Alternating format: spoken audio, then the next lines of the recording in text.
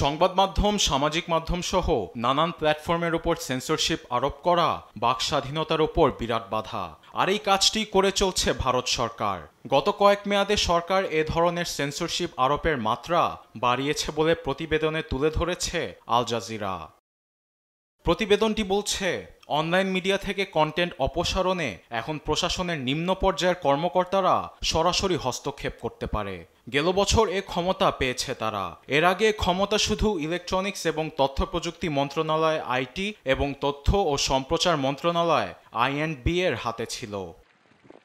2024 সালে অক্টোবরে বিতর্কিত সহায়ক প্ল্যাটফর্ম চালু করেন প্রধানমন্ত্রী নরেন্দ্র মোদী, যা সরাসরি গুগল, এক্স, ফেসবুকের মতো প্রতিষ্ঠানে কন্টেন্ট অপসারণের জন্য আবেদন করতে পারে।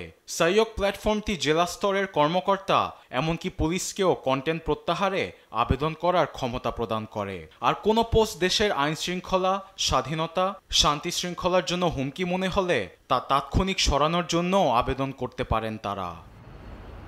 এমন অনেক ঘটনা ঘটেছে পাকিস্তান ভারত ভয়াবহ যুদ্ধের সময়। আল জাজিরা বলছে, সে সময় শত শত সামাজিক মাধ্যমের অ্যাকাউন্ট বন্ধ ও পোস্ট প্রত্যাহারে আবেদন করেছে ভারত, যার মধ্যে পাকিস্তানি সাংবাদিক, গণমাধ্যম, এমনকি তারকারাও ছিলেন। বাদ যায়নি আন্তর্জাতিক গণমাধ্যম রয়টার্সও। এই এক বছরে যে ৩,৫০০ কন্টেন্ট অপসারণের দাবি জানিয়েছে মোদী প্রশাসন, তার ৩০০টি সহায়ক প্ল্যাটফর্ম থেকে। সংখ্যা হিসেবে এটি বেশি না হলেও সেন্সরশিপের শিকড় ভারতের গভীরে ছড়িয়ে পড়েছে বলে মত দিয়েছেন বিশেষজ্ঞরা। আরবিদ আফসার, নিউজ ডেস্ক, দেশ টিভি।